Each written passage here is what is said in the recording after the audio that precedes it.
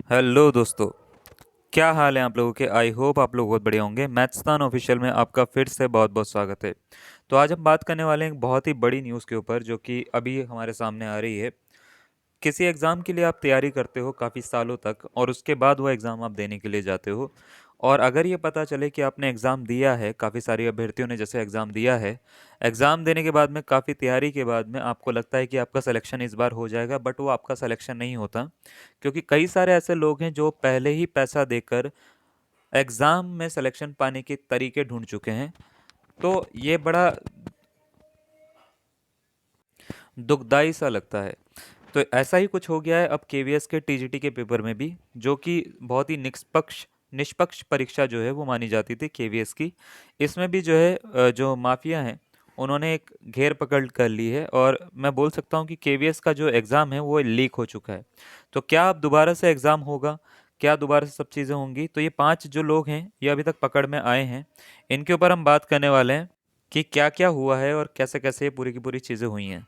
तो चलिए स्टार्ट करते हैं। तो चलिए देखिए, जैसे कि आज की ये न्यूज़ आ रखी है, दैनिक भास्कर ने ये छापी है।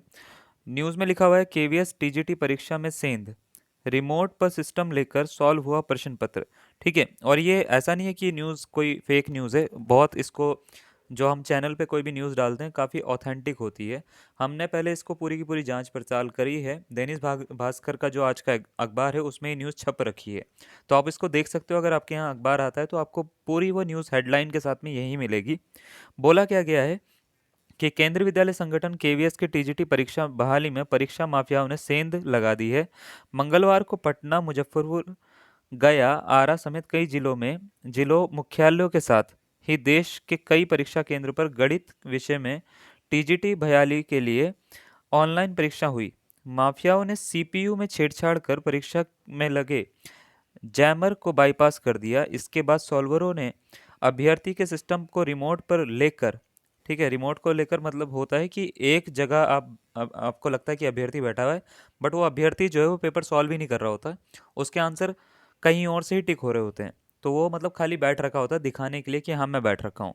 ठीक है, रिमोट को लेकर उन्होंने क्या करा, प्रश्न पत्र को सॉल्व कर दिया। पटना में पाटलिपुत्र कॉलोनी, जगदेव पत्र, गोला रोड और सैदपुर नहर, बेउर, दीघा तथा बाईपास के इलाके में ये परीक्षा केंद्र हैं। 10 मार्च तक जो है वो टीजीटी और पीजीटी दोनों की परीक्षा होनी है। टीचर समेत विभिन्न पदों के लिए कुल 13,000 जो है वो भर्तियां निकली है जो बहाली होनी है। पीजीटी की परीक्षा जो है वो 16 फरवरी को होनी है। सूत्रों के अनुसार परीक्षा पटना के 8 परीक्षा केंद्रों के अलावा गया, आरा, मुजफ्फरपुर में माफियाओं ने बड़ा खेल किया है। हर एक सेंटर पर करीब 10 सिस्टम रिमोट पर लेकर प्रश्न पत्र सॉल्व कराए गए हैं। एवज में प्रत्येक अभ्यर्थी से 1 से 1.5 लाख लिया गया है। जो कि ये बताया गया है, ये पूरा फिक्स डाटा अभी नहीं है, अभी इसके ऊपर जांच चल रही है। बहुत सारा पैसा हो सकता है कि लिया गया हो इसके ऊपर ना। जिन केंद्रों पर परीक्षा ने सेंध मारी हुई, उनमें कई ऐसे हैं जिन्हें ब्लैकलिस्ट कर दिया गया था पहले ही। पर उसी परीक्षा केंद्र के संचालक ने नया नाम रखकर दूसरी परीक्षा केंद्र खोल लिया, जहां इस परीक्षा का सेंटर बना दिया गया। अब इसमें हुआ क्या है, आपको बात करें तो ये मैं कुछ अभी दिखा भी दूंगा कि कौन कौन लोग पकड़े गए हैं।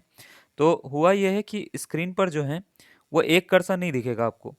ठीक है, उसमें 2 कर्सर दिख रहे हैं। जो जो मतलब जिसमें छेड़छाड़ हुई है, देखिए एक कर्सर ये दिख रहा है, एक कर्सर जो है वो अलग से आपको स्क्रीन पे दिखेगा। मतलब दो दो कर्सर जो हैं वो दिखेंगे आपको। उसके बाद टीजीटी परीक्षा में सेंधमारी पर केवीएस डिप्टी कमिश्नर ने भी बोला है। उन्होंने बोला है कि ऑनलाइन में ये सब कैसे हो गया उनको समझ में नहीं आया।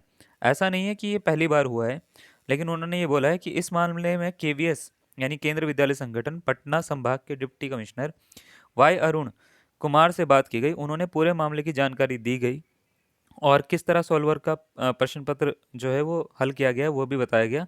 इस पर उन्होंने कहा कि ये सब गलत है, और फ़ोन रख दिया। मतलब इस पर उन्होंने जवाब ही नहीं दिया। उन्होंने बोला ऑनलाइन में ये सब हो ही नहीं सकता, ये सब गलत है।